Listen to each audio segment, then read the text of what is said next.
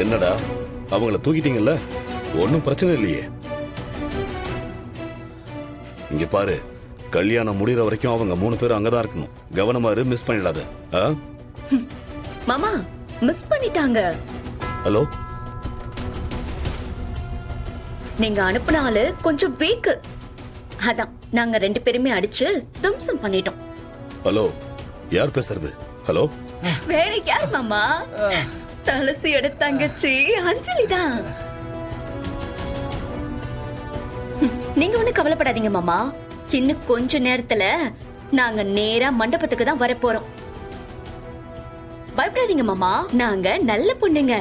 நேர்ல வந்து கல்யாணத்தை வாழ்த்தி அர்ச்சதை போட்டு சாப்பிட்டு போயிடுவோம்.